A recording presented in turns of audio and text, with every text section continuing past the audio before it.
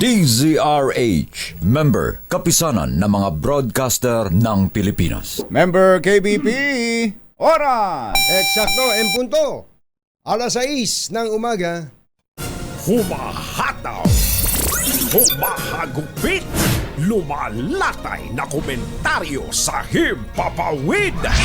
Dos por dos. Walang takot sa paghimay sa masalimuot na isyu ng bayan. Dos por dos. Humahataw na mga balita at impormasyon. Dos por dos. Ating damhin, ating lasapin ang hagupit na Dos por Dos.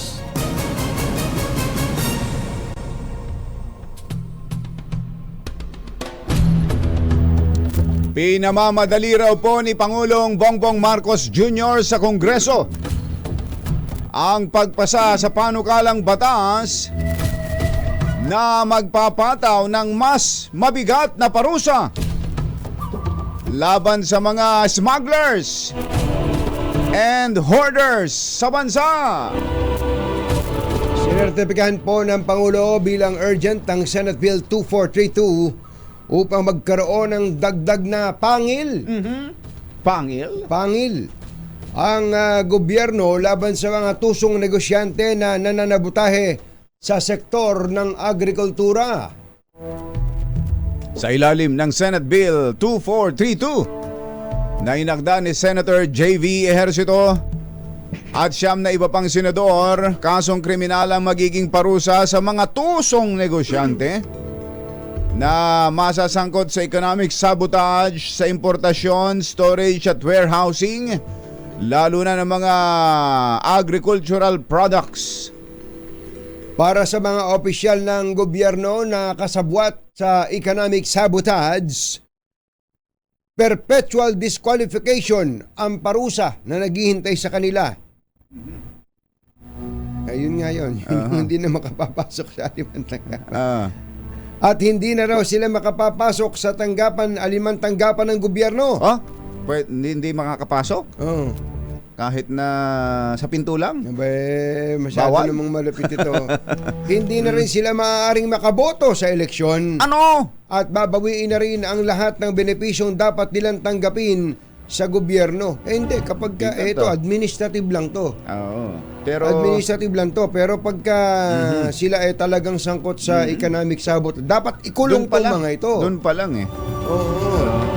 Katakot Katakot. Katakot. Katakot. Katakot. Ayoko nang mag-smuggle, sabi siguro nung ano. Tapos nagtawanan. Tawanan. Sabay tawanan. Nagtawanan. Ang mga kumbansero ng katunying at Dos. Pag maitim ang balak, magtago ka na. Dos por dos. Si Jerry at si Anthony, narito na. Dos por dos. Hahataw ng todo, urado ka. Dos por dos. Ang katotohanan, dala nila. Dos por dos. Walang sinasamba pali, maniwala ka. Dos por dos. Hataw ng gusto, tol, umasa ka. Dos por dos. Dos por dos.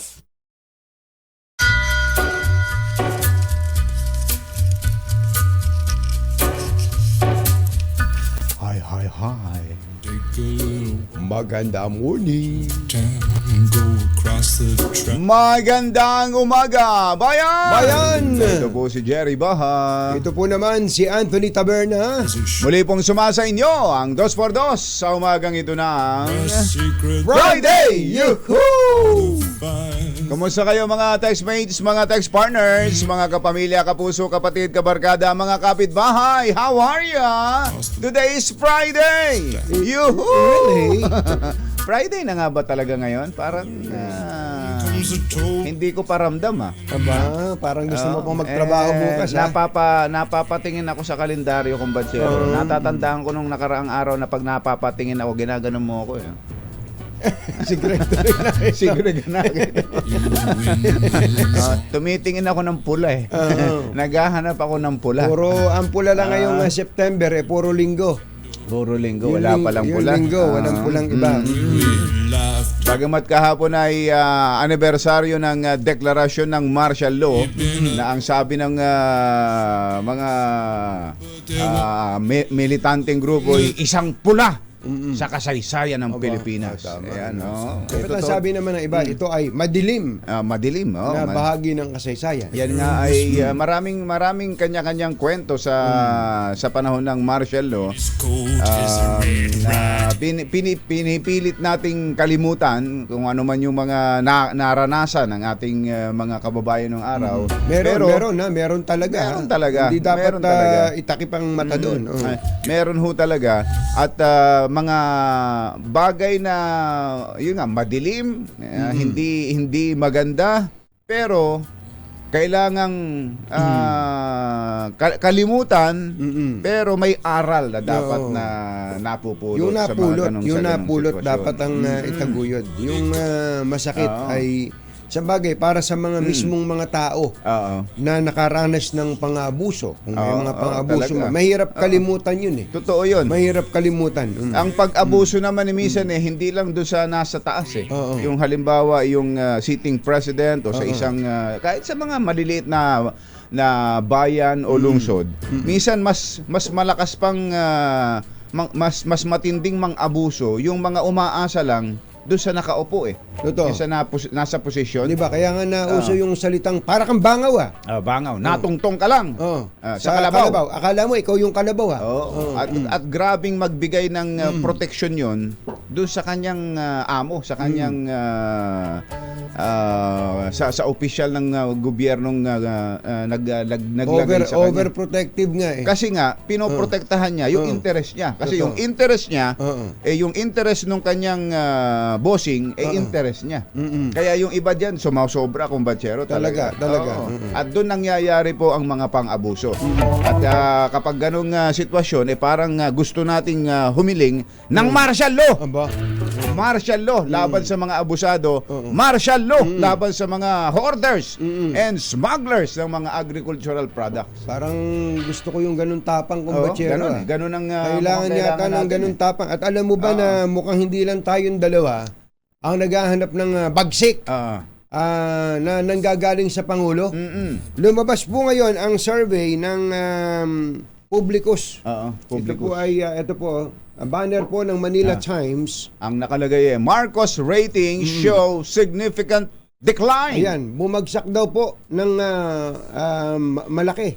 Significant decline. Ang rating ng Pangulong Bongbong Marcos. But why? I don't know. Ito, kumbatsero, ang survey na isinagawa noong September 7 to 12. Engineer Tony Nanggel, na interview ba kayo dito? Mula daw po sa 62% nung second quarter, ay nakakuha lamang ang Pangulong Bongbong Marcos ngayong third quarter ng 55%. Ibig sabihin, bumagsak ng 7%. Percentage points. Ito po mga kababayan ay trust at approval rating. Trust and approval rating. Trust and approval. So iba yan doon sa isang survey naman ng yung Okta Research. Yung Okta Research naman kasi ang tanong doon is the country going in the right direction? Ang bansa ba ay nasa tamang direksyon? Pero dito anong tanong? Ang tanong, kumbatsero, nagtitiwala ka ba sa Pangulo? At sang-ayon ka ba sa mga nangyayari ngayon sa pamahalaan? So ibig sabihin ang tinitingnan diyan ay yung ginagawa, yung performance ng Pangulo, kumbatsero. So bumaba ng 7 percentage points. May kinalaman ba diyan ang pagkain? Ang bigas? Oo, kumbatsero. Ayun na nga talaga. Yan na, kumbatsero. Andyan ho yan. Maghahanap ho talaga. Actually, number one, kumbatsero, yung yung sa pagkain. Sa pagkain, ito talaga. po kaya dapat ay hindi ito baliwalain ng Malacanang. By the way, ito pong Publicus Asia ay isa sa mga nagsasurvey noong panahon ng kampanya na pinaniniwalaan ng Marcos Camp. Ayan, noong panahon yon. Ito po ang sabi. As secretary, bilang kalihim, he siya, lalaki, must Aha. Address. Oh, kailangan daw meron siyang tirahan. He must address the shortage in rice, sugar, and other agricultural products. Kailangan niyang aksyonan ang kakulangan sa supply ng bigas, asukal, at iba pang produktong agrikultural. Yun nga, kumbatsero, ang nangyari. yun Doon na tayo nga. nagkakaproblema. Pangulo nga siya at siya rin yung kalihim ng Department of Agriculture. Yun, ilang beses na nating binanggit Sinasabi natin yan. Hindi kumbatsero. naman para hamakin ng Pangulo. At hindi naman tayo nagkulang sa ng paalala, kumbatsero. Eh, bakit naman, sino ba naman tayo? Oo, Hindi po talaga. Yung daming bayan na yan, lakay Deo, pasensya na, magagamit Miss, namin. Miss Ipit. Mestra Ipit. Oo, magagamit namin yung damdaming bayan na yan. Yan talaga ang prevailing sentiment. Oo. 'Di ba? Oo. Kaya nga siguro itong action na ito ng Pangulo na mas mabigat na parusa sa mga agricultural smugglers and hoarders. Baka nga yan na yun. Baka nga yan na ngayon. Kaya lang, tama hindi ko tuloy masabi kung batsero. Hanggang ngayon kasi, kulang ba tayo sa batas? Kapag ang tatanungin ay pagsugpo sa smuggling? Hindi. Sobra. Tinan mo na.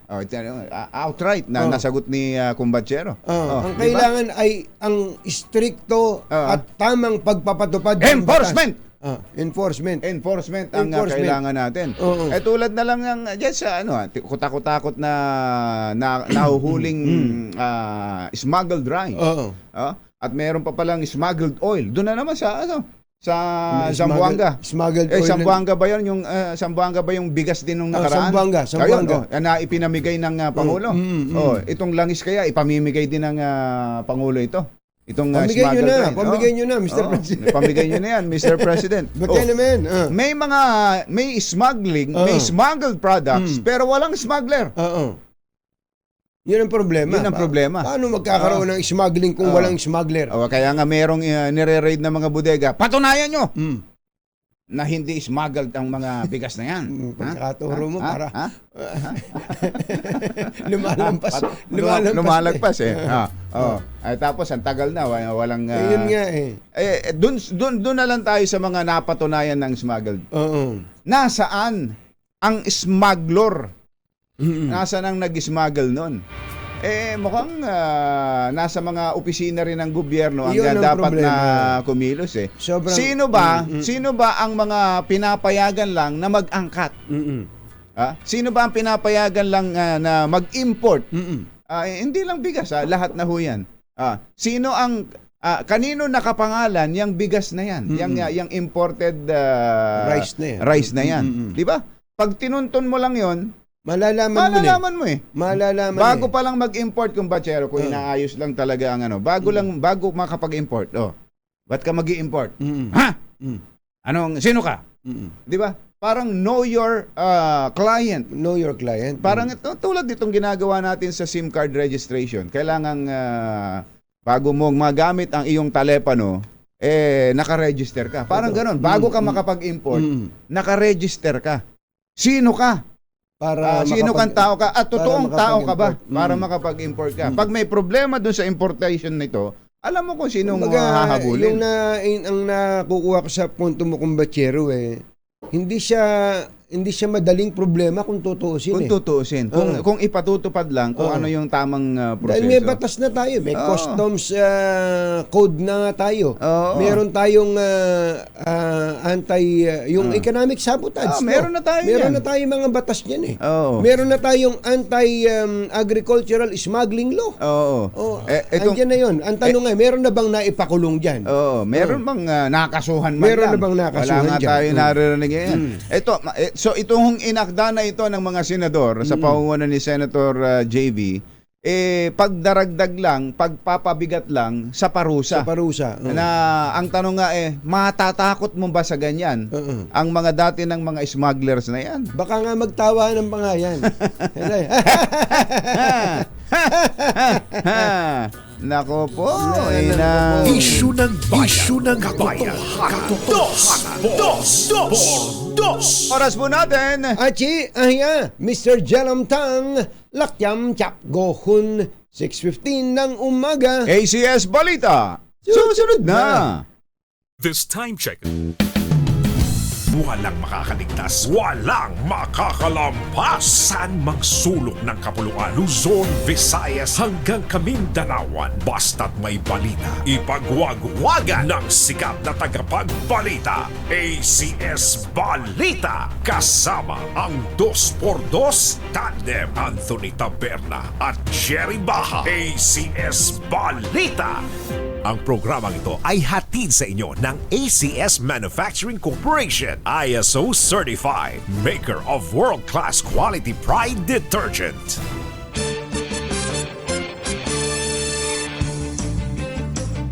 Araw ng Friday, September 22, 2023. Narito na po ang ulo ng ating ACS Balita. Pinay sa UAE tatanggap ng mahigit sa 387,000 pesos kada buwan sa loob ng 25 taon. Mahigit 40 estudyante mula sa Tuy, Batangas na ospital dahil sa volcanic smog. Pagban sa Pogo suportado ng NEDA. Higit 1,300 kandidato sa barangay at SK election inisyuhan ng show cause order ng COMELEC. OTS staff sa NAIA iginit na sokolate at hindi perang dolyar ang kanyang isinubo. Napasubo. Halos 6 na milyong pisong halaga ng smuggled na langis nasabat ng custom sa Zamboanga City.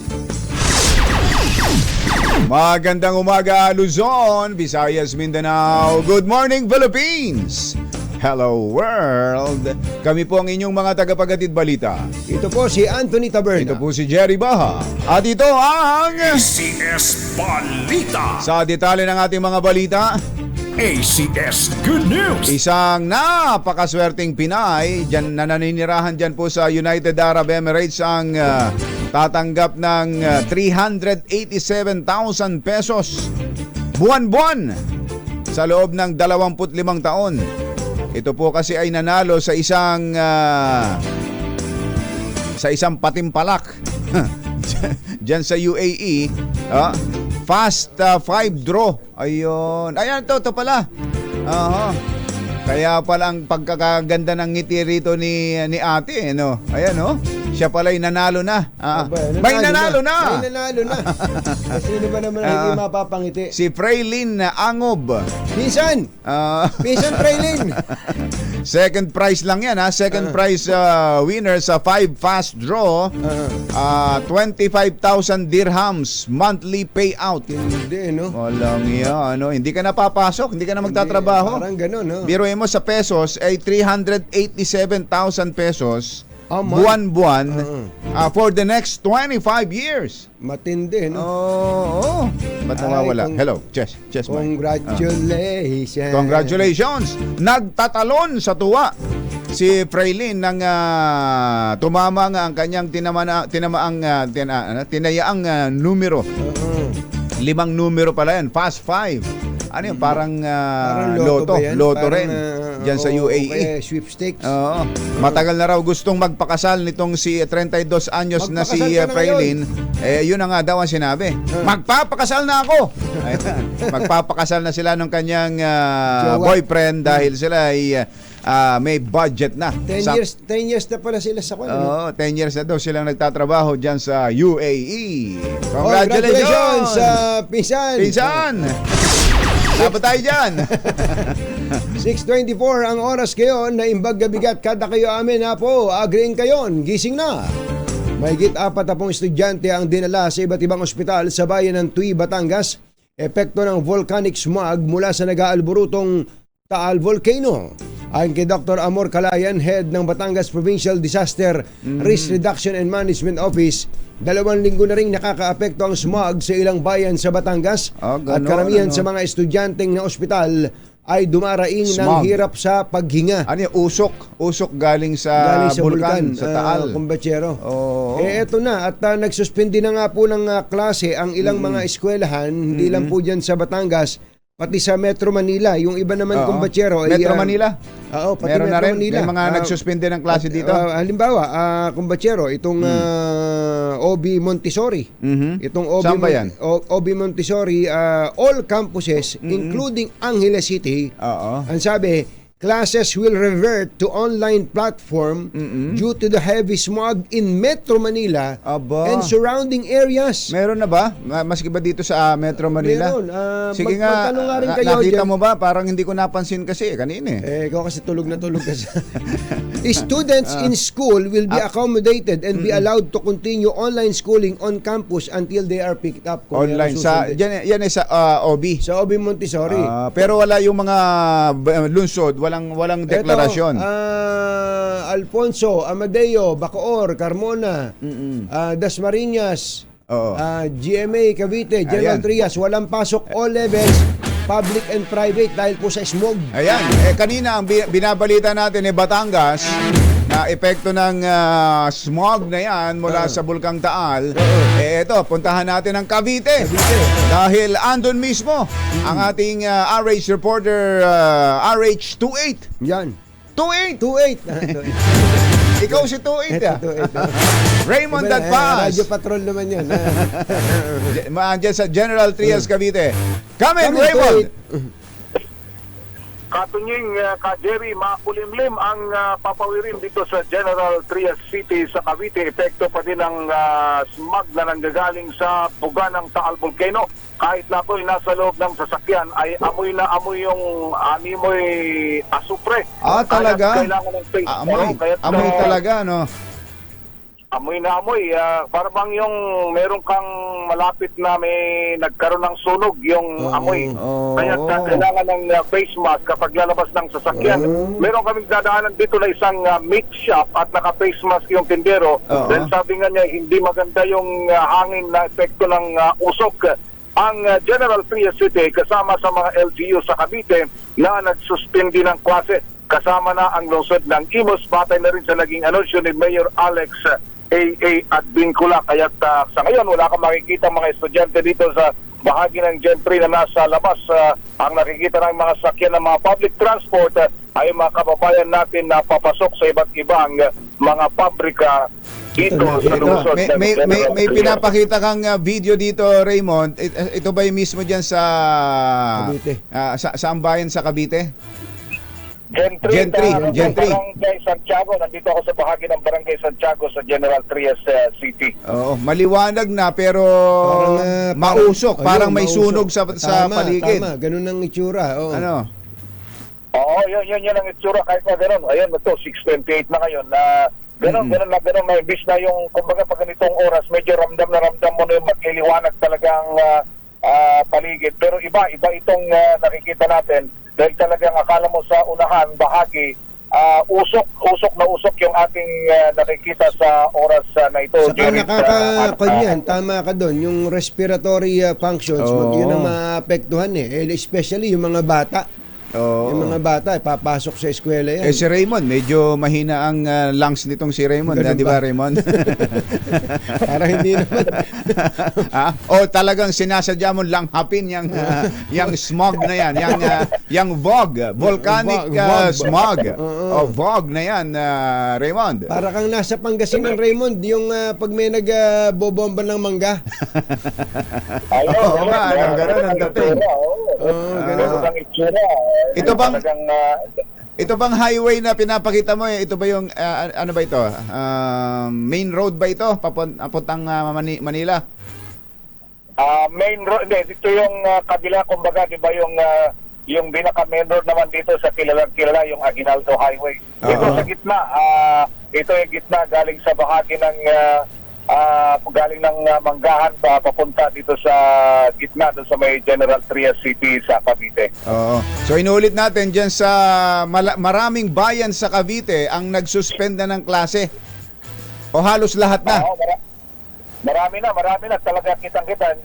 So, nandito tayo sa baba, siguro ewan ko lang ang sitwasyon itong bahagi ng Tagaytay dahil yun mismo ay nakatunghay doon sa bahagi ng Taal, Batangas, Katunying at Jerry. Oh, okay. Thank you, Raymond. Raymond. Mula dito sa lungsod ng General Trias sa lalawigan ng Cavite, balik sa inyo, Katunying at Jerry, magandang umaga. Maraming salamat. At doon sa mga nanonood sa atin, makikita nyo rin po sa inyong mga TV screen yung mga lugar na nag-suspend na ng klase. For example, dito po sa Metro Manila, wala pong pasok all levels, public and private, sa Parañaque, Muntinlupa, Las Piñas, Pasay, at San Juan. Oo. Dahil din yan dito sa Volcanic smog. fog. Volcanic smog. Ayan. Puntahan pa nga natin ang isang parte pa sa Cavite dahil andun din si RH5 Val Gonzales dyan naman sa Dasmariñas. Val Gonzales, come in, Val! Jerry at Anthony, itong nakikita ninyo ngayon ay kabahan ng Aguinaldo Highway dito sa lungsod ng Dasmariñas. At may kadiliman yung kalangitan. Ani mo'y magbubukang liwayway pa lamang yung sitwasyon na may kadiliman yung nakita ng ating mga kabayan na bumulaga sa kanila ngayong umagang ito dahil dun sa volcanic smog na dulot ng patuloy na pag-alporoto itong bulkang Taal. Yung mga public transport dito, yung ating mga kababayan ay nakasuot ng face mask dahil nga dito sa amoy na nakaamoy ng ating mga kababayan dito sa bahagi ito ng Dasmariñas dito sa lalawigan ng Cavite. National Highway ito at animoy mag-aalas pa lamang ng umaga yung sitwasyon, gano'n ka at makikita natin yung usok tulad ng Ayan nga, Pero Val, kahit ba naka-aircon ka dyan sa brand Sasakyan. new, Sa brand new. mobile unit na nagamit mo ngayon, Na 17 years old lang. pumapasok pa rin ang amoy? Bumapasok ba amoy? Naamoy pa rin, lalo na ngayon, Jerry, lalo na ngayon, Jerry, ay nakabukas yung ating Sara mo. bintana ngayon. Binuksan nyo. Binuksan nyo ba? Oo. Bagong Naka- gawa. Eh, brand new yan, Brand new yan Nakabukas yung Tawa lang eh. Oo. nakabukas yung bintana natin ngayon at talagang amoy na amoy mo yung amoy Talaga. asupre na nanggagaling doon sa binubuga. Makakasama nga pala talaga, no? Makakasama nga pala talaga sa kalusugan, lalo na sa yes. mga bata, ano? Oh, correct. Oo. At mamaya, Jerry, ay magbibigay din tayo ng update kung ano yung kung meron bang nadagdagan ba yung ating mga kababayan, lalo na yung mga bata na nadadala sa ospital dahil dun sa mga naamoy nila na asupre na tulot nitong pag-alboruto, patuloy na pag-alboruto nitong bulkang Taal. Dahil meron ng mga bata, ilang mga matatanda na naisusugod dun sa mga pagamutan dahil nga dito sa sa bahagi malapit malalawigan dito sa Cavite na malapit lamang sa bahagi ng lalawigan ng Batangas na malapit yan sa bahagi ng Taal Volcano. Jerry at Anthony. Okay. Thank you, Val. Val. Mula rito sa kaban ng Aguinaldo Highway dito sa bahagi ng Dasmariñas, Cavite. Para sa kauna-unahan sa Pilipinas, PGRH, ako naman Val Gonzales. Tuloy-tuloy sa pagbabalita, tuloy-tuloy sa serbisyo. Sama-sama tayo, Pilipino. Kumusta kaya sa Tagaytay, Combachero, ano? Ayun nga eh. Di ba may mga sigurado. establishmento dyan? Oo. Naku, Paano yung Katunyings doon? ano yung katoy? Tatawa. Sandali, Tawagan mo lang. Sandali. Punta ka muna. Yung mga taga- Tumayo. Alas 6:34 ang ating oras. Ayan. Susunod! Tito mo! Sokolate nga ba? O pera? Ayan. Pera ba? O Oo, sokolate lang? Pera o tsokolate? Ang isinubo ng isang taga OTS dyan sa NAIA. Ayan, Kasi alamin tigas natin na yan mamaya. katatanggi, no? Oo. Bilis na katatanggi. At may follow po tayo dun sa sinasabing kulto. Yan. Yung Socorro Socorro Bayanihan. Diyan ho sa Surigao del Norte may follow up tayo diyan. Makakausap natin ang gobernador ng Surigao del Norte. Sa pagpapatuloy ng ACS Balita. alas 6:34 ang ating oras. Manufacturing Corporation, ISO certified. Maker ng world-class quality Pride detergent. Hi, hi, hi! Maganda morning! Anong araw ba today, kumbatsero? Today and every day, Smart Dishwashing Day! Yuhuu! At sa ating everyday dishwashing, syempre, Smart Dishwashing Paste. Heavy duty ang linis dahil may double tanggaling formula. Kaya tanggal sebo, tanggal bakterya pa. San ka pa? Yan ang Smart Dishwashing Paste. Sa plato, kaldero at plastic, linis, fantastic! Kaya naman number 1 ang Smart Dishwashing Paste. A product of ACS Manufacturing Corporation. ACS Balita. Alas 6:40 ang ating oras. Nasa linya muna natin. Unahin na natin ang Surigao del Norte. Tungkol dito sa binabanggit na kulto. Na nakapambiktima ng napakaraming bata, nakapag-abuso ng napakaraming bata. Ano na ba naging aksyon ng provincial government dyan? Nasa linya po natin ang gobernador ng Surigao del Norte, si Governor Lyndon Barbers. Governor Barbers, magandang morning! Si Ka Jerry at si Ka Tunying po ito. Good morning din, Katuning and Jerry. Long time no Oo hear. nga. Oo nga. Gov, kumusta kayo dyan? Kumusta kayo?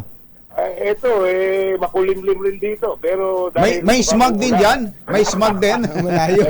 Layo naman. Pero mukhang uulan. Oo nga pala, no. Yan palang lugar nyo malimit ding tirahin ng bagyo no. Well, sa bagay. Pero actually, sa ngayon nga, nagtataka kami. Masyadong mainit. Nasa kami, El Nino kami ngayon. Nag-umpisa na. Yun yung So- aming na-experience. So isa pala ang Surigao del Norte dun sa binabanggit na nakaka-experience na ngayon ng epekto ng El Nino. Yes, correct yan, Jerry, correct. Talaga na. So may ano yun, may mga lugar ng ano ba yung tawag doon? Yung nagbibitak-bitak na ang lupa, may mga ganun ba? Wala naman. Actually, ang kagandahan lang dito nga sa Surigao, kahit na may El Nino, hindi maaari sa loob ng isang buwan na hindi uulan ng isa o dalawang beses. Oo. Kaya naman sinasabing El Nino kasi yung dapat average na ulan na nakukuha hindi nakukuha talaga. Ayun, no. Oo. Reduce malaki nang na-reduce sa ulan diyan. Oo. Pero di bale kung na-reduce ng malaki ang ulan diyan, pero yung attention, Gov, yung attention ay buhos naman Buhos diyan ang sa inyong attention, lalawigan dahil dito sa binabanggit na kulto. Yan nga ba kulto nga ba yan, Gov? Pare-pareho po tayo, Jerry and Gatoning, sa tanong na yan.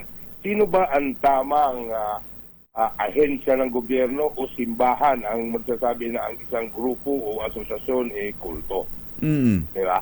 Anong mga kwalifikasyon bago masabi natin na ang isang kulto? Bilang gobernador po, hindi ko po masasabi yan. Wala po akong authority to declare an organization or association na isang kulto. Opo. Kasi sa isip gobyerno po tayo, no? Meron po tayong pinangahawakan mga papel ng isang organisasyon legal kung ito po ay nakarehistro. Rehistrado. Rehistrado po siya, pero yung ginagawa kasi, Gov, kung yun confirm talaga at merong nangyayari na pagpapakasal sa mga minor de edad, sa mga bata, bago ipakasal ng persahan ay tinitikman muna nung leader. Oo, yun ang kwento Ipinabebenta ang kanilang mga ari-arian at sinasabing end of the world na, punta na kayo dito. Akin na ang 60% ng inyong pinagbentahan ng inyong pera. Doon pa lang medyo mag-iisip na tayo kung anong klaseng organisasyon o grupo 'yan. Sa inyo ba, Gov, yung mga impormasyon na 'yon na binanggit ko na nakarating dito sa Metro Manila, ay alam ninyo at nakikita ninyong nangyayari doon sa lugar? Well, alam nyo, Jerry, Andre, nauna pa kami sa inyong lahat. Inaksinan na po namin yan. Ang inaano lang natin is paano ba natin bibigyan ng isang description ng isang organization kung kulto ba. Yun na nga. But sige, regardless, itong grupong to, nakadating sa aking tanggapan ang reklamo. April 2023. Oo, April 2023 pa. So, inaksyonan namin to agad. It just so happen na ngayon, dahil nga itong si Mr. Titing Sangco, nagbigay ng mga informasyon dyan sa Metro Manila, and of course, isa po rin na nangyari na nalaman po sa national level because of the privileged speech of Senator Risa Hontiveros. No? Oo, kaya po medyo parang nabigyan ng malaking pansin itong pangyayari dyan sa Socorro. Pero na-actionan na po namin, Jerry and Katuning. Opo. In pagkadating ng problema at ng sumbong ng isang alleged victim na nakataka, sa grupo ng SBSI, kung tawagin, Socorro Bayanihan Services Incorporated, na rehistrado sa SEC, inaksyonan po namin agad yan. Nag-issue po ako ng Executive Order number 18 series of 2023 in creating the Interagency Task Force against human rights violation para po maimbestigahan ang sumbong po ng isang alleged victim, and at the same time ng iba pang mga biktima. Kasi nagsunod-sunod, Jerry, Katunying, yung pag-eskapo ng mga miyembro galing sa kabundukan. So, gaya po ng nasabi nyo, meron nga pong mga alleged na mga akusasyon na practice of child marriage, abuse and exploitation ng mga kabataan, tapos kung ano-ano pa. So, yun po, doon po na-focus yung task force. So, makatuwid, to make the long story short, there was probable cause na nakita ng task force, and sa pamamagitan po ng National Bureau of Investigation, nag-file po ng kaso noong June 2023. And sa korte na po ang kaso na final po ng NBI, na ang kasong kanilang na-file relative to the complaint of the victims na nag-eskapo o tumakas doon sa Kapihan, kung tawagin, sitio Kapihan. Qualified trafficking, kidnapping, and serious illegal detention. Violation of RA 11596 prohibiting the practice of child marriage act. Violation of Republic Act 7610, protection of children against abuse, exploitation, and discrimination.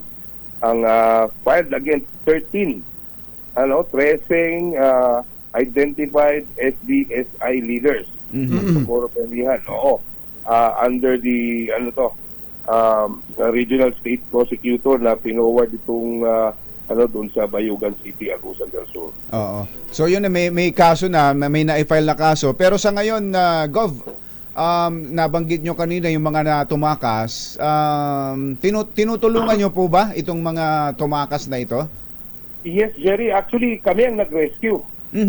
Oo, kami ang nag-rescue din sa 8 minors at saka ilang mga adults, Yung nangyari yan na kasi yung pinakaunang nagbigay sa amin ng information was the municipality of Socorro, na merong mga tumakas galing sa kabundukan na miyembro ng bayanihan, na meron pong mga alleged na mga pangyayari, base dun sa account ng mga tumakas. So, humingi po ng tulong ang munisipyo ng Socorro, si Mayor Tingtang, natin naman tinulungan at agad inaksyonan kasi may threat nga daw po. May threat nga daw po, again, as alleged, na habulin yung mga tumakas, kukunin at ibabalik sa taas ng mundo. So, nirescue po natin yan, dinala po natin dito sa syudad ng Surigao, at ating hinaw sila for almost 1 month under the care of our Provincial Social Welfare Development Office. At least nabanggit nyo po yan kasi meron pong perception ang mga taga rito na hindi naman nalalaman na meron kayong ginagawa. Nawari bagay binaliwala ninyo yung pong ng local government unit dyan sa probinsya, yung problema ng ating mga kababayan. But having said that, Governor, yung po bang pinaka parang operasyon nung organisasyon na to ito po ba nagpapatuloy o kayo bilang gobernador, pwede nyo bang ipatigil yon? Pwede nyo bang i-cordon off yon, Governor? Well, actually, di natin basta-basta maano yan, no? Until such time na merong kautusan ng ating korte, no? Yun nga, medyo nakakalungkot, Katuning, nung pumutok yung issue sa national level, mukhang hindi man lang nabanggit na nagsimula ng ganitong buwan ito, na-actiona na ng pamalahan ng probinsya ng Surigao, dahil nandiyan na sa korte, di ba? Although because of the reports at privilege speech ni Senator Ontiveros and ang resolution po ni Senator Baco, immediately after lumabas po yun, nagpatawag po ulit kami ng emergency meeting the agency task force to conduct thorough investigation on the new alleged allegation na ano po na meron pong droga or armed groups, no? Ayun, kasi yung pangyayari po nung pagsimula nito talagang ang report lang naman po is violation of human rights. Oo, ngayon may mga tama kayo, Gov, may mga aligasyon na ngayon na may may Shabu laboratory doon, may private army, maraming armas. Doon po sa aligasyon na 'yon, meron na ho bang nagtangkang puntahan, i-check yung lugar, provincial government o provincial PNP para i-check yun? May instruction na ako, Jerry, sa ating Philippine National Police at sa ating PIDEA na to conduct investigation dahil nga dito sa bagong informasyon na ito. And nag-aantay na lang po ako ng initial feedback nila, no? Oo, kasi hindi naman natin basta-basta na pag sinabi mong gawin nyo to, hindi naman po ganun kadali ang pag-gather ng mga detalyadong mga report, no? Para may ideya lang po kami, mga gaano kalaki po ba yung property na yan? Yun ang maganda, tinanong mo yan, Katuning, kasi let's say, hingi po tayo ng search warrant, no? Kunwari, dapat, di ba, pinpointed yung area. Yes. Ang property po is more than 300 hectares. Naku, lawak. Ang lawak pala, ano? Masyado pong malawak. So, in fact, kagahapon din po, nagkaroon po ako ng meeting with the representative of the Commission on Human Rights from the Central Office at saka from the Regional Office. And ang napagkasunduan namin is tatawid po sila ng dagat today and pupunta po sila doon sa munisipyo ng Socorro. Ito po bang leader na to, si Senyor Aguila, ay personally kakilala niyo po ba ito? O Na-meet nyo na ba yan? May picture ba kayo? Ang dami yung lumalabas na may picture yan Na-meet ko na yan, Jerry and Katuning, because even before pandemic, before Odette na nangyari dito, ang presidente po ng Socorro Bayanihan Services namatay po noong 2019. Ang tawag po dun sa presidente, dahil medyo may edad na nga po, lahat po ang tawag sa kanya is Mama Nena. Mama Nena Tarok. Tarok po ang linyada ng kanilang dugo. Kung natatandaan niyo po si Albino Tarok, yung panahon nung panahon bata ng Hapon yun, no? So, dyan po nagsimula yung bayanihan na grupo. Si Congressman Ace Barbers, kilala po yun. Medyo mas matanda po sa amin yun,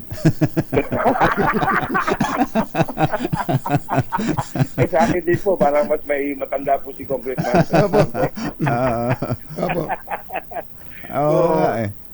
Doon nagsimula po yun. Tapos ang pinaka-rason na umakyat po sila sa kabundukan, kung natatandaan nyo, noong 2017, meron pong malakas na earthquake sa Surigao. Yun nga. Pero hindi pa yon. Ang pinakarason talaga was noong February 2019 na earthquake na sa isla ng Siargao. End of the world na raw yun. Sabi, guguho na ang buong isla ng Siargao at ang matitira itong ang bundok dito sa munisipyo ng Socorro. Kasi alam niyo po ba na ang munisipyo ng Socorro ay naisasakop sa isla ng Siargao.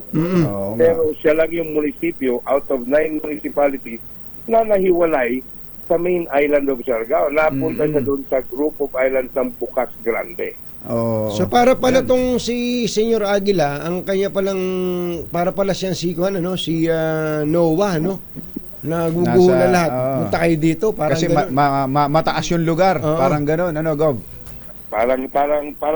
Parang ganon yung kanilang paniniwala. Kanilang sa kanilang leader. Pero sa halip na gumawa ng bangka, iba ang ginawa niya. Kinuha niya mga bata. Okay, Gov. Yun po. Opo, Gov, makikipag-coordinate kami lagi sa inyo, lalo na sa follow-up dito sa utos ninyo sa PNP na PDEA. puntahan na yung lugar. Hintayin namin. Yes, Jerry. Apa. Katuling, anytime magbibigay tayo ng update pag meron na po tayo. Lalong-lalo na yung ganyang tambalan. Miss na miss ko na kayo talaga. Wag kayong baka mahikayat kayo na gawin kayong member niyan, ha? Hindi tayo meron palang binabanggit, Governor, isa na lang maikling yung bukal ba yung board member daw na yun ang pinakamagaling daw sa Boca Ngayon. na Yung po yung vice president. Kasi lumalabas po na presidente doon sa PO kasi ito no? People's Organization kung tawagin. Siya po yung sinasabing vice president. Former DepEd superintendent siya, former mayor ng Socorro, naging board member din po ng Lalawigan. Yes, sir. Okay, thank you. Thank you, Gov. Yes, thank you. Salamat. Mabuhay kayo. Magandang umaga. Magandang umaga. Governor Lyndon Barbers. Naghatid ang kabuuan ng ating AZS Balita. Ito po si Jerry Baha. Ito po naman si Anthony Taberna. Kasama ang 2x2 tandem Anthony Taberna at Jerry Baja. Jerry Baja. 2x2. 2x2. Doon po sa mga late tuners natin, mga kababayan, ay meron pong mga eskwelahan na nagdeklara na po na walang pasok at may mga LGU na nagdeklara na rin po na walang pasok all levels. Dito po sa Metro Manila, ang mga nakapagdeklara na ay ang Parañaque, Muntinlupa, Las Piñas, Pasay, San Juan, marami hong lugar sa Laguna at Batangas at sa Cavite. Halos lahat, buong Cavite na yata kung batsero ay nagdeklara na. Malamang sa Batangas ay ganun din. Ganun din, totoo. Sobrang delikado po kasi ito pong volcanic smog, yung VOG na tinatawag. Lalo na po sa baga. Hindi lang sa masakit sa mata, masakit pa sa masangsang sa ilong. Masangsang pag nalalanghap amoy asupre daw sabi ni Raymond kanina. Yes. Sabi naman ni Ka Jerry Labasan, dito sa Kanlubang makapal din ang smack. Hindi ho smack yan, smog. VOG. Si Kajeri, matindi, bumili na raw siya ng pandesal sa kanto, tapos nakauwi na siya, commercial pa rin. Nagre-reklamo. Huwag nyo nang pinapaalala. Eto si Director General Nesty Isla ng Red Cross ay nakatutok din. Binabantayan yung pangyayari ho dyan sa Socorro. Sabi niya, cancel business permit or can close it if without. Kung wala daw hong business permit. Maganda rin yung tanong niya, may amilyar ba yan? May binabayaran ba amilyar? Diba? At saka kanino ba nakapangalan? Pasensya na kayo, marami tayong mga tanong kaya lang lagi tayong gipit sa oras. Ang dami nating gusto pang itanong kay Governor. Katulad nun, yung real property taxes ba? Doon, sa ganun, pwede mong tirahin yan Diba? At kanino ba nakapangalan talaga yung property? 300 hectares po, isang bayan na po yan. Grabe, sa lawak. At hanggang ngayon daw, tuloy-tuloy ang operasyon ng organisasyon. Aya Jerome Tang, magandang morning. Magandang morning. Happy birthday, Attorney Maurice. Attorney Maurice Dantes, happy birthday. Binabati ka ng Hogad family at ng Star sa pangunguna ni General Eli Cruz. At kumbatsero, ito pong banner ng Manila Bulletin ngayon, gaya ng ating pambungad kanina, ito gusto nating dahil sinertify na ng Pangulo bilang urgent. Ito pong panukalang batas na ito, mas mabigat na parusa sa mga economic saboteurs. Ayan, sa mga smuggler, Mga lalo na smugglers. ng agricultural products. Ng mga smugglers and hoarders. Hoarders Ayan. na hindi talagang kailangan. Tama itong direction na. Hindi lang smuggler, maring yung nag-import ay legal, pero hino-hoard naman niya para mapataas ang presyo. Yun. Dapat Ito, na mga sampulan niyang mga yan. At ang totoo nun, dapat talagang magkaintindihan tayo sa definition of term. Oo. Halimbawa lang kung batsero, yung hoarding. Hoarding. Oo. Sino ba yung hoarder? Oo. Diba? Kapag sinabi nung may-ari ng bodega, puno yun, inakita mo, puno yung... Hindi, kaya puno yan, nakadi-deliver lang ho namin. Oo. Ilang araw ba ang dapat madispatcha ang Yun, bigas? dapat alam natin lahat yan. Oo. Dapat alam ng mga government agencies yan. Ayan. Para hindi kayo napapalusutan. Ito, Pero Mr. sinasabi President- natin, kumbatsero, yan, ulitin natin dito sa importation. Ang tingnan mabuti diyan yung kung mga consignee. Yes. Sino ba yung mga consignee na yan? Baka mga ghost consignees yan eh. Oo. Kumbatsero, gamit ng pangalan, pag tinuntun mo, wala. Kaya wala tayong nakakasuhan o nahuhuling smuggler kasi ghost consignee. So yun ang dapat unahing linisin. Totoo yun, kumbatsero. And considering ngayon open season pagdating sa importation Oo. pwede ka namang mag-import ngayon gawa nung rice tarification law. Kumbatsero, Oo. pwedeng Pero magpa-register ka. Magpa-register Kung ikaw ka. ay ikaw si consignee, dapat may taong may mukha. Mag-selfie ka. Ipadala mo with your valid ID. Ipakilalang ikaw nga ay consignee at ikaw ay mag-i-import ng bigas. Para may hinahabol ang gobyerno. Totoo. Kapag mayroong problema. Ayun, napakasimple. Kaya ito, kumbatsero, sa totoo lang, madali po para sa kongreso natin na gumawa ng batas. Pero at the end of the day, ang magpapatupad pa rin po niyan ay executive department. Pag meron pong nasampulan dyan, halimbawa nakahawak sa rehas na likod ng rehas na bakal. Naghihimas na ng malamig na rehas na bakal. Na mga opisyal ng gobyerno na sangkot sa smuggling, yung mga smuggler, yung mga hoarder, ewan ko lang kung hindi matakot yung mga yan. Kailangan may masampulan, Mr. President. Yun! Happy birthday, Edith Santos. Ayan, bukas pala. Advance happy birthday. Binabati ka ni Ka Elmer. Ayan. At happy 49th anniversary sa PNJ Agricultural Trading. Sabi ng may-ari na si Rudy Buenaventura. Ayun. Attorney Ronnie Heron.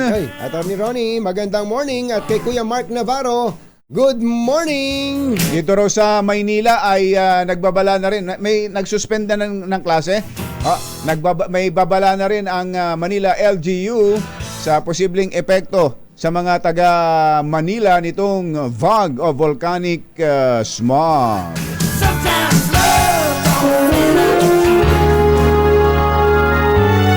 Kauna-unahan sa Pilipinas.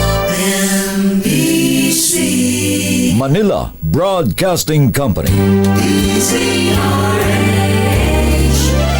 DZRH. Member, kapisanan ng mga broadcaster ng Pilipinas. Member KBP, oras! Apopoy, 10 minuto na makalipas ang 7 ng umaga. Balitang bagong-bago. Balitang dapat alam mo. Balitang magdadagdag ng talino. Dahil bagong impormasyon. Makibalita. Unang-una sa DZRH. Pangunahing balita. Kasama ang 2x2 tandem nina Anthony Taberna at Jerry Baha. Araw ng Friday! 22 ng Setyembre 2023, narito na po ang ulo ng ating mga pangunahing balita. 3 araw na tigil pasada ikinakasa ng transport groups sa harap ng lingguhang oil price hike. Manufacturer ng dilatang sardina sumihirit ng 3 pisong dagdag presyo. Anti-Agricultural Economic Sabotage Bill sinertipikahang urgent ng Pangulong Bongbong Marcos. PNP Chief Benjamin Acorda itinanggi na humihirit na extension sa kanyang panunungkulan. Senado, Itinakda ng investigasyon sa Socorro Cult sa susunod na linggo. Volcanic smog mula sa Taal Volcano posibleng maranasan hanggang Disyembre. Ayon sa FIVOX. Nako, matindi ano? Magandang umaga Luzon, Visayas, Mindanao. Good morning Philippines. Hello world. Kami po ang inyong mga tagapaghatid balita. Ito po si Anthony Taberna. Ito po si Jerry Baha. At ito ang Pangunahing balita. detalye ng mga balita sa aming pagbabalik. Alas 7:12 ang ating oras. The CRH. Pangunahing balita. Alas 7:17 ang ating oras. Sa detalye ng ating mga pangunahing balita, posibleng tumagal pa ng hanggang sa Disyembre ang nararanasan na mapaminsalang volcanic smog na binubuga ng Bulkang Taal. Sa panayam ng DZRH, sinabi ni FIVOX Director Teresito Bacolcol na hindi umaangat ang ibinubugang usok ng Taal kapag malamig ang panahon. Pinag-iingat at pinaghahanda rin ng FIVOX sa mga residente malapit sa Taal sa maaring pagdulot ng irritation sa mata, lalamunan at respiratory tract. Sa huling monitoring ng FIVOX, nakapagbuga ng mahigit sa 4,500 tons ng asupre. Yun nga pala, asupre nga pala yung ibinubuga, no? O SO2 gas emission ang Bulkang Taal. Again, kapag may thermal inversion tayo or kapag medyo malamig ang panahon, hindi po ito makaangat. Kaya there are times then, depende po sa prevailing wind conditions, pinapadpad po ito sa iba't ibang lugar at ito ang naamoy ng mga tao. Now, yung tanong po kung hanggang kailan to, again, as I said, as long as nagbubuga ng SO2 yung Taal Volcano, this will be a recurring threat. Yan po si FIVOX Director Teresito Bacolcol. Wala pong pasok sa mga lugar, maraming mga lugar ngayong Biyernes, September 22 dahil sa volcanic smog na ibinubugaan ng Bulkang Taal. All levels walang pasok, private and public sa Parañaque, Muntinlupa, Las Piñas, Pasay at San Juan. Wala rin pong pasok sa Biñan, Laguna at sa San Pedro. Maraming mga bayan at lungsod sa lalawigan ng Cavite gaya ng Alfonso, Amadeo, Bacoor, Carmona, Cavite City, Dasmariñas at iba pa ay deklarado ring suspended ang klase. Sa Batangas, walang pasok sa Tanawan, Lian, Nasugbu, Balayan, Calatagan, Tui, Alitagtag, Santa Teresita, Mataas na Kahoy. Samantalang sa Lemery, Calaca at Taal, gayon din sa San Nicolas, Batangas ay wala pong face-to-face classes. 7:19 ang ating oras. Kaugnay ng volcanic smog o VOG, kuha tayo ng update dito sa Maynila. Ang Manila LG raw ay nagbabala sa mala VOG na nararanasan din dito sa Metro Manila. RH29, Boy Gonzales. Come in, boy! Jerry, Anthony, pinapayuhan ni Manila Mayor Hani Lacuna ang mga residente ng Luzon na mag-ingat sa naranasan niya volcanic smog. Ito'y busod na mataas na antas ng sulfur dioxide dahil nilabas ng Taal Volcano na nagdudulot ng volcanic smog o sa mga lugar na nakapaligid dito na umabot na rin sa Maynila, Kalakang Maynila. Ito'y maaaring magdulot ng iritasyon sa mata, lalamunan, respiratory tract na maaaring maging maluba. Depende anya sa konsentrasyon ng tagal ng pagkakalanghap. Dahil dito, pinapayuhan ang lahat na mas mabuting mamalagi muna sa loob ng bahay. Ayon nga na sa Manila kaya Mayor Hani Lacuna, kung walang gagawin sa labas, magsuot ng face mask. Tungkol dito, maging maigi isara ang mga bintana at pinto ng bahay at uminom na maraming tubig. Kung agad kung sumusulta rin agad sa pinakamalapit na ospital kung makakaramdam ng hirap ng paghinga at iba pang epekto dulot ng volcanic smog. Sa ngayon, Jerry, Anthony, wala pang announcement hanggang sa mga sumandaling ito. Ang Manila LGU na kung may walang pasok, meron lang sila ay low air quality advisory. Yan lang. Oo. Oo. Yan lang Pero, ang advice pero ikaw ko ba, boy, sa akin. nalalanghap mo ba dyan sa lugar mo ngayon? Ano ba nalalanghap mo dyan? Puro usok naman, naralanghap ko. Usok ng sasakyan. Usok ng sasakyan. Dito sa Quezon Boulevard. Aha. Sa kaya po, pumunta ako dito sa may Quezon Boulevard, sa may Soler Extension. Yung eskwelahan dito, mga bata, may Bini Elementary School. May mga bata na naka-face mask. May mga bata naman, walang suot na face mask. Dito sa napapasok. Mainam siguro talaga pagsuotin muna lahat ng face mask ngayon, ano? Balik tayo sa face mask, hindi dahil sa COVID, kundi dahil dito sa smog. Oo, yan pa rin yung advisory at mga papayo ng Manila LGU. Mula sa kauna-una sa Pilipinas, dito si Boy Gonzales, tuloy-tuloy sa pagbabalita, tuloy-tuloy sa serbisyo, sama-sama tayo Pilipino. 7:22 ng umaga, itinakda na po ng Senado sa September 29 ang investigasyon sa nabunyag na kulto sa Socorro, Surigao del Norte. Ayon kay Senator Ronald Bato de la Rosa, Chairman ng Senate Committee on Public Order, aalamin nila ang umano'y operasyon ng drug laboratory at private army ng kultong Socorro Bayanihan Services Incorporated. Batay na rin sa impormasyong ibinigay ni Socorro Mayor Riza Timkang. Ilan sa mga miyembro ng kulto ay mga dating pulis, guro at mga bata. Inaasahan na haharap sa komite ang 2 dating miyembro ng kulto na nagbigay na ng kanilang testimonya kay Senator Riza Ontiveros kaugnay sa kanilang mapait na sinapit sa kamay ng nasabing grupo. Ang latest din po dyan, ayon kay Governor Lyndon Barbers ng Surigao, ay inatasan na niya ang provincial PNP at nirequest, hiniling sa PIDEA na imbestigahan at puntahan ang lugar. Kaugnay po ng pinakahuling alegasyon na merong private armed group sa lugar at yung mga alegasyon na merong shabu laboratory sa naturang lugar. Alas 7:23 ang ating oras. Sa ibang balita, iginiit ng security screening officer sa NAIA na sokolate.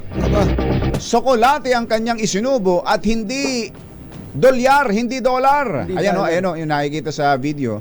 Teka nga, tingnan nga natin. Kung sokolate yan, may itim yan dapat. Itim, okay. Maliban na lang kung yan ay white chocolate. White chocolate. Pero kung ang sinubo niya, kumpatsero, ay ang tangerine chocolate. Kitang-kita natin yan. Kitang-kita natin yan. Kitang-kita natin yung at tangerine na yun yan. ay pampainom din sa iyong Immune system dahil yun ay dark chocolate. At ang dark chocolate, kung sakali mang dark chocolate yung sinubo nito, dahil puti yung nakikita natin, kasamang isinubo yung plastic. Yung balot. Oo, ganun siya. Ganun pala siya kumain ng chocolate. Kasama yung balot. Saka gusto ko lang ding sabihin, kahit gaano ka kaingat, magmumugmug yan. Kung kakain ka ng tsokolate, alisin mo yung balot. Oo, inaalis yung balot. Ayun, tinan mo. Ayan, sinakto ni si Sherwin ba ang gumagalaw niyan? Ayan, sinakto ni Sherwin sa pagkakasubo, hindi tsokolate. Parang hindi tsokolate, kumpatsero. Yung balot ang sinubo eh. Nagsubidi daw po ng supplemental affidavit si Irene C. Morados. Pinangalanan na Ito pala. Ito ba yun, Sherwin? Ito? Irene C. Morados. Yun ang pangalan. Kung sana itinanggi niyang ninakaw at nilunok niya ang $300 ng isang Chinese. Pero hindi rito kumbinsido ang fact-finding team ng Office of Transportation Security. Ayon kay OTS Administrator Yusek Mao Plaska, hindi normal ang pagkain ni Morados ng tsokolate dahil hirap na hirap ito sa paglunok at itinulak pa ng daliri at ng tubig. Ayun na nga. Kumuha pa ng panulak.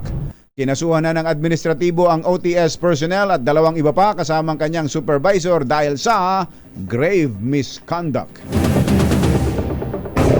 Ihirit ng 3 pisong taas presyo ang Canned Sardines Association of the Philippines. Ayon kay Executive Director Francisco Bencamino, apektado na rin na sila ng walang puknat na oil price hike at hirap ding mangisda sa karagatan ng bansa. Sinabi ni Bencamino noong panahon ng COVID-19 lockdown sa inaapektuhan ang produksyon nila ng dilatang sardinas. Ang 3 piso anya na hirit nilang taas presyo sardinas ay pagbabalik lamang sa dapat na presyuhan ito matapos magkaroon ng price cap. Alas 7:26 ang ating oras, ikinakasa ng ilang transport groups ang 3 araw na tigil pasada sa harap ng patuloy na pagtaas ng presyo ng mga produktong petrolyo na ayon sa Department of Energy ay posibleng magtatagal pa hanggang sa Disyembre. Ayon kay Moody Floranda ng Piston, maaaring tapatan nila ng transport strike ang naranasang unli oil price hike dahil ramdam nila ang epekto nito sa kanilang kabuhayan. Gayunpan, wala pang ibinibigay na petsa kung kailan isasagawa ng Piston ang kanilang tigil pasada.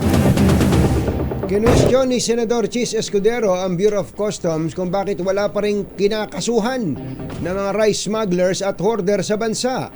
Kasunod ito ng serye ng mga raid sa mga bodega ng bigas sa gitna ng pagtaas ng presyo nito sa pamilihan dahil sa umano'y kakulangan ng supply. Binigyan diin ng senador na hindi lang dapat nagtatapos sa raid ang pagkilos ng customs at iba pang ahensya at dapat nakasuhan ang mga sangkot sa artificial shortage ng bigas.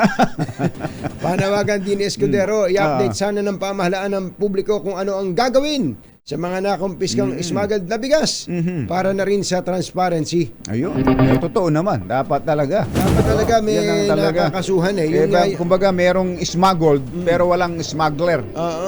Merong krimen, walang pero kriminal. Ayun ang problema. Nga pala, totoo bang nagwala daw si Senator Cheese sa isang ano? Baka dahil walang nakakasuhan. Yung bang dahilan? Senator Cheese, magandang morning! Samantala, sinertipikahang urgent ni Pangulong Bongbong Marcos ang panukalang magpapataw ng mas mabigat na parusa laban sa mga sangkot sa economic sabotage, lalo na ang may kinalaman sa agrikultura. Sa liham kay Senate President Juan Miguel Zubiri, iginit ng Pangulo ang kagustuhan niyang mabilis na maipasa ang Senate Bill 2432. Sa ilalim ng panukala, maaring habang buhay na pagkakulong ang ipapataw sa mapapatunayang sabit sa smuggling, hoarding, profiteering at kartel ng agri and fishery products. Ang mga kasabwat ng mga opisyal ng gobyerno ay mahaharap din sa habang buhay na diskwalifikasyon sa public office, pagboto o paglahok sa eleksyon at babawiin din ang monetary and financial benefits mula sa gobyerno. At hindi rin pala ito kumbatsero dun sa panukalang sinertipikahan na ito ng Pangulo. Hindi na rin pwedeng lumahok sa anumang negosyo involving importation, transportation, storage and warehousing and domestic trade of agri and fishery products. Yung ma-involve sa ganitong kaso. Yung involved sa hoarding at smuggling na pribadong tao, lalo nang bigatan doon sa mga involved na nasa gobyerno. Yun! Susunod! Tito Boy! Ikaw pala yan. Sino ito? Sinech Itech? Sino itong aktor na magaling daw sa kama? At lahat daw ng nakarelasyong bading ay tinatratong babae. Kaya nai-inlove sa kanya. Kabilang ang isang sikat na TV host comedian ngayon na kanyang jowa ngayon. Sino yan? At meron tayong update mamaya sa Tagaytay. Tinatanong mo kung batsero ang sitwasyon sa Tagaytay. Meron tayong update mula sa ating RH reporter Val Gonzalez. Sa pagpapatuloy ng Pangunahing balita. Alas 7:30 ang ating oras. This bagong balita sa DZRH. Pangunahing balita. Alas 7:35 ang ating oras. Nanganganib na mawalan ng trabaho ang halos 17,000 Pilipino oras na ibawal ang operasyon ng Pogo sa bansa. Hindi pa rito kasama ang 225,000 Filipinos and foreign workers sa mga Pogo-related establishments. Pero ayon kay David Lee Chu, CEO ng Lee Chu Property Consultants, mas malaki pa ang magiging impact sa employment ng total ban sa Pogo. Posible raw kasing hindi rehistrado ang maraming empleyado sa Pogo gaya ng mga nasa indirect employment na wala sa mga Pogo building. Nagbabala si Lee Chu na mawawalan ang ekonomiya ng Pilipinas ng nasa 170 billion pesos hanggang 200 billion pesos kada taon oras na ituloy ang pagpapalayas sa mga Pogo. Pachero, muling pinapaalala nitong Philippine Amusement and Gaming Corporation sa mga empleyado nito, lalo na yung mga magagaling na empleyado, magaling. na hindi dapat mag-alala sa panukalang isa pribado ang casino operations ng korporasyon. Sinabi ni PAGCOR Chairman Alejandro Tenco na nakipag-partner na sila sa Development Academy of the Philippines o DAP para sa pagpoproseso ng kanilang reorganization. Gagawin daw ng DAP ang technical assistance upang makatugon sa requirement ng Governance Commission for GOCCs o GCG sa pagpapatupad ng compensation and position classification system na kailangan bago gawin ang privatization. Nauna nang sinabi ni Chairman Altenco na kailangan na nilang tumutok sa talagang trabaho ng PAGCOR at ito ay ang pagiging regulator at hindi operator ng casino. Ayan. So, magiging purely regulator na lang ang PAGCOR. Kaya doon sa mga nagtatrabaho pa sa mga casino ng PAGCOR, huwag kayong mag-alala daw. Hindi kayo mawawalan. Nakakakaba naman yung sasabihin mo. Sana naman magkaroon din sila. Magkakaroon din kayo. Kasi kung merong, sabi ni Chairman. Merong evaluation ng mga tao at kung ikaw man ang bibili kung bachero ng isang kumpanya, yung mga veterano ang kukunin mo. Kailangan kukunin mo yung mga magagaling. Hindi yung ite-train mo pa. Oo, mahirap kaya mag-uumpisa ka ng bagong negosyo tapos magte-train ka ng lahat ng tao mo. Nako, mahirap yun. 7:38 ang ating oras. Balikan na natin ang sitwasyon naman ng binubugang volcanic smog o fog ng Bulkang Taal andyan sa gawin ng sa Talisay pala. Akala ko nasa Tagaytay na sa bagay, malapit na 'yon. Malapit lang Packet yan. na 'yon. RH5 Val Gonzales. Come in, Val. Suman na kami ng Tagaytay Jerry Anthony at ngayon nandito kami sa Talisay, Batangas, particular na dito sa Barangay Sampaloc, Talisay, Batangas. At malapit na, nasa loob na kami ng danger zone na area. At katabi ko itong mga tamo sa Barangay Sampaloc. Barangay Sampaloc, ay mga binabanggit na sila rito na may mga bata na yung mga mahihina, yung hindi makahinga. Isang dito sa barangay ho yun, barangay rito. Ito yung kalagayan huli nyo rito, kuya. Ayos lang sa amin. Pero yung sa ibang tao ko, na mga bata ko, meron po nagkakasakit, meron din pong dahil po sa usok, na lagi po namumula po ang mata, sika, ubo, napakaroon. Hindi po naiiwasan po na yung mga ilang araw na ho na ganito yung nararanasan dito, Tanod Barico. Meron na naman po na may mga isang linggo na po may gusto. Matagal na pala, no? Isang linggo na. Lumalabas yung isang ambulansya na barangay. Ano ba papunta ito? May dalawa. Papunta po ng Lemery po. Lemery. May pasyente po. May pasyente. Yung pasyente ay wala namang kinalaman. Yung pasyente wala namang kinalaman. Wala.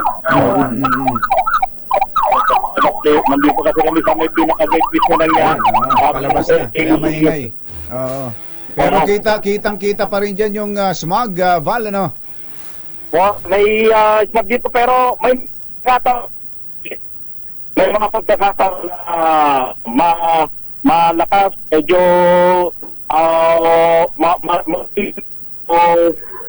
medyo hindi visible yung loob ng mga dalawang metro. Pero pagka minsan naman, pagka may araw, yun yung medyo maliwanag. Kuya, araw.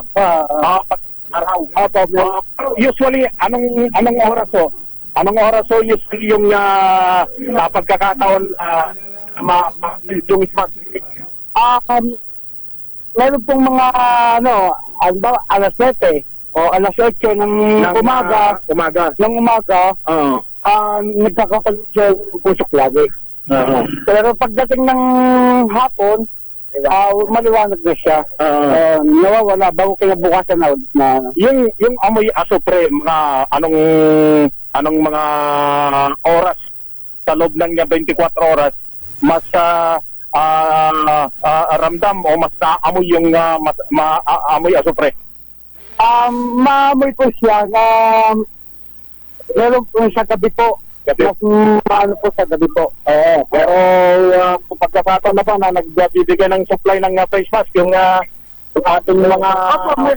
Opo, meron po. Naiigos na po sa mga kababataan po, sa mga dahi-dahi po. Yung sa nating tanod, po, anong nabanggit nyo? May mga BSW na iikutan yung mga barat na nangbibigay na face mask. Sa oras ng kalakay ng usok ng...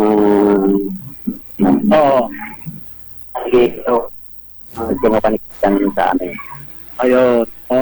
Binibigay ang bawat ng mga face mask na ginagala para maiwasan ng mga bata sa kanyang naamoy na sopre. Nating angkor, si Rita Anthony, may katanungan. Si Barangay Sampaloc, Tanod, Napoleon, Off-Guide, Sir, ang masasabi ko lang dito sa aming Albuquerque, no? Sa pinanggabihan lakas.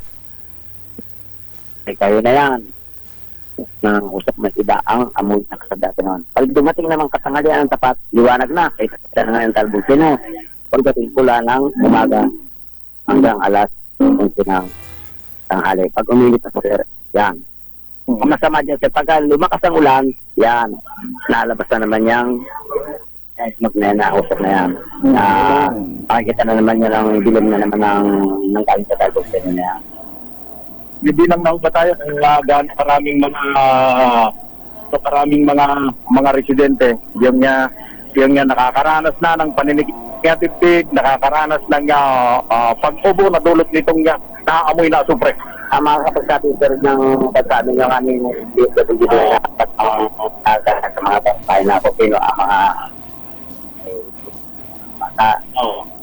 ay at ating mga sipon, yung sir ang lang Maraming salamat. Yan etong sa Tanod, sabi ng ating cameraman against the light side. Napoleon Opo Rico Balinado. Yan yung sitwasyon. Ang napapansin ko lang rito yung iba, Jerry Anthony, hindi nagsusot ng face mask. So siguro kung matagal suot na muna. Yan ang ina-advise, mag face mask, lalo na sa mga lugar na grabe ang smog, mag face mask. Tapos bawasan ng exposure, ibig sabihin kung wala namang kailangang gawin sa labas, stay indoor. Correct, oo. At more water, inom ng maraming tubig. Correct, dahil kung matagal ang exposure mo sa ganitong amoy na asupre, sigurado kung kalakunan ay kakaramdam ka rin ng sakit sa iyong katawan. So, Tagaytay pala, Val, nadaanan mo kanina. Tamagan na, Anthony? Yung Tagaytay, nadaanan mo kanina. Correct, nadaanan namin. Mayroong isang viewing deck dun sa bahagi ng Tagaytay kung may papakita ng RHTV. Ito, pinapakita na natin. Ito yung video. Yan ay mga dakong 6:45 kung di ako nagkakamali. Yan yung oras. May mga pagkakataon na mas makapal yung smog at meron ding mga pagkakataon na nawawala. Hindi siya nagiging permanente at bawat segundo ay nagbabago. Depende dun sa galaw siguro ng hangin, direksyon ng hangin, at ganun din yung pagsikat ng araw. Kung nakakasilip yung araw, mukhang malaki yung pagkakataon na hindi masyadong madilim o hindi masyadong smoggy yung makikita ng ating mga kababayan dito sa baging ito o palibot ng Bulkang Taal dito sa lalawigan ng Batangas. So mula rito sa Barangay Sampaloc. Sabi sa akin ng mga barangay tanod, mga 7 kilometers daw ang layo. Tama ba? 7 kilometers? 7 kilometers ang layo mula rito sa Bulkang Taal. Mula rito sa lalawigan ng Batangas, particular na dito sa bayan ng Talisay. Para sa kauna-unahan sa Pilipinas, DZRH, ako naman, Val Gonzales, tuloy-tuloy sa pagbabalita, tuloy-tuloy sa serbisyo. Tama-tama tayo, Pilipino. Thank you, Val. Samantala, ang Malacanang daw po'y nagdeklara na ng suspension ng pasok sa gobyerno. Kailan at bakit? Ito, i-report sa atin. At anong oras? RH25, Let Narciso. Come in, Let! Jerry Anthony, hanggang alas 3 ng hapon lamang ang oras ng pasok sa mga tanggapan ng pamahalaan na nasa ilalim ng executive branch. Batay ito sa inilabas na Memorandum Circular Number 32 ng Office of the President kaugnay ng pagdiriwang ng Family Week. Alinsunod sa Proclamation Number 60, idineklara ang huling linggo ng Setyembre kada taon bilang Family Week para magkaroon ng pagkakataon ng mga kawani ng gobyerno na makasama sa hapunan ang kanilang pamilya. Kaya pagdating ng alas 3 ng hapon sa Lunes, suspendido na ang pasok sa trabaho ng mga empleyado ng gobyerno na nasa ilalim ng executive branch. Sa Lunes pa pala, sa Lunes. Sa Lunes, Kala ko ngayon. Sa Lunes pa. hindi pa. Sa Lunes, September 25. Ayan. Oo. Ayan, hinikayat naman ng Malacanang ang mga nasa pribadong sektor at independent commissions na makibahagi din sa 31st National Family Week. Ang memo circular ay pirmado ng Executive Secretary Lucas Bersamin. Samantala sa mga sandaling ito, nandito kami sa may General Trias Cavite. Merong event dito si Presidente maya-maya at may smog din dito sa lugar ngayon. Para sa kauna-unahan sa Pilipinas, sa DZRH, ito si Let Narciso, tuloy-tuloy sa pagbabalita, tuloy-tuloy sa serbisyo, sama-sama tayo, Pilipino. Thank you, Let! Susunod! Dito mo. Sino nga are? Aktor na ginagawang babae ang mga bading Ay, nako. na partner. Kaya naman super in love daw. Gaya ng isang sikat na komedyante. At iba pang mga nagbabagang balita dito sa Pangunahing balita. 748. Pangunahing balita sa showbiz. Magandang dilag, Yeehaw! puso ko yung nabiha. Ay, Doc Carlo Katabihan, magandang morning! Uy, ito palang Department of Budget and Management, si Secretary Amina Pangandaman. Aha. ay nag-release daw po ng 12 billion pesos na housing assistance Para saan? para sa mga biktima ng kalamidad. Aba. So, NHA to, pumirma na ng... Paano makakakuha dyan, kumbachero? Bakit? Naapektuhan ka ba ng kalamidad? Hindi naman.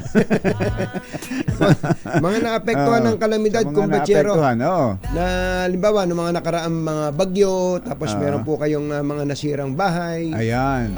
So pwedeng mag-apply ng Ito, sa assistance. pag-ibig siguro. Assistance to mismo, kumbachero eh. Assistance. Assistance to eh. Para sa mga calamity victims at sa NHA na nasa ilalim po ng DSUD, doon ang bagsak ng Ng kwarta. pondo na yan. Ito Ayan. pala, kumbachero, ay para sa Region 6, Western Visayas. Western Visayas. For Okay. constructing 4 units of 5-story low-rise residential building in Region 6, sabi ni Secretary Pangandaman. Ayan. Ayos. Ayos. Thank you, Secretary Amina Pangandaman. Kuyang Chris Nulod, magandang morning. Magandang morning. Saan ba ang punta? Nasa SLEX daw sila. Ingat-ingat kayo sa mga nagbibiyahe dahil sa smog, lalo na dyan sa Southern Tagalog region. Kuyang Els Bartholomew, magandang morning. At congratulations kay Executive Secretary Lucas Luc Bersamin. Ah. Mag-iisang taon na pala kayo dyan, Aba, Secretary. wala ba tayo dyan? Wala ba tayo dyan? Wala bang handaan man lang dyan? Meron daw, na. may libre daw silang flag racing. Flag racing. Sino ba to? Na ginagawang babae ang bading na partner, kaya naman super nai-inlove daw. Obo. Idetali mo nga yan, showbiz legend Marley Alino. Magandang morning! Yes! Magandang Tarzan, ikaw ba? morning, Luzon, Visayas at Mindanao. Good morning, Katunying at Ka-Jerry! Yes! itong si aktor ay talaga namang ginagawa niyang babae, ang kanyang mga nagiging tsuktsak-chenes, ang kanyang mga kaya naman nababaliw ang mga bading, kaya naman enjoy na enjoy sa kanya ang mga bokla, ang mga beks, at ang ginagawa raw nito, pagdating daw sa pakikipagpapitin-pitin, kung yung mga babae umaayaw-ayaw sa kanilang mister, ito daw ganun din ang ginagawa, hinihilahan ng damit o kung ano pa man. Kaya naman aliw na aliw ang mga bading. Akala nila babae sila, akala nila pagkaganda-ganda nila. Kaya naman... Paano mo naman daw nalaman yan, Morley? Ikinuwento. Ikinuwento nino? Ng isang nakachukchak-chenes niya. Sino yan? Yung kanyang ginetlakan ng pera. Iyon. Kaya naman, baliw na baliw siya at hindi siya makapagreklamo kung kinukunan man siya ng kadatungan dahil ini-enjoy naman daw nito ang kanyang pagiging babae sa piling ng naturang aktor. Kaya naman, hindi na siya nagtataka kung bakit ang isang komedyanteng aktor na sikat ay nahuhumaling sa aktor na ito. Dahil kung ito ay papitin, ay talagang bigay na bigay, kaya naman bigay na bigay din ang komedyanteng aktor sa kanyang pagmamahal dito sa kanyang papabol. Ang aktor na gumagawa o ginagawang babae ang mga bading ay si aktor. Alam mo, ang konti lang talaga ng name song nito, ilang letter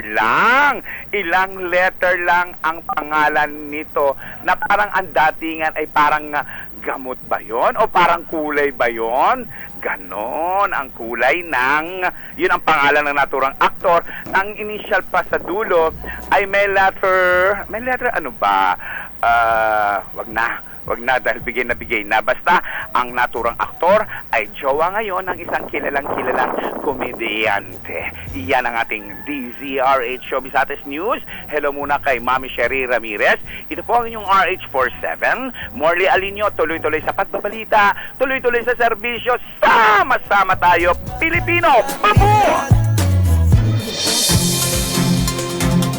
Ating sports balita, hindi susuko ng Philippine Olympic Committee na mapabilang sa kapunaan ng Gilas Pilipinas ang 4 na manlalaro sa 19th Asian Games. Sa muling pag-apila ng POC sa Hangzhou Asian Games Organizing Committee ng China, muling ibinasura ang inclusion ni Terence Romeo, Calvin Abueva, Mo Tautua, ano ba mapilido? Pilipino ba to? Mo Tautua at Jason Perkins ay kay POC President Bambol Tolentino, hindi niya isusuko ng paglaban ng 4 na manlalaro at gagawin niya ang lahat para mapabilang sila sa national team sa Asian Games. Hi! Tagulan, taginit, change of season. Kaya maring marami nang kailangang i-change sa inyong mga bahay. Gaya ng bubong na baka malutong na. Buti na lang may bubong na maasahan. Gawa sa state-of-the-art technology. May aluminum na. May pintura pa. Now available na rin sa pre-painted tile span. Para sa eleganting bubong na matibay na, makulay pa. Mag-Cherry Loom pre-painted ka na.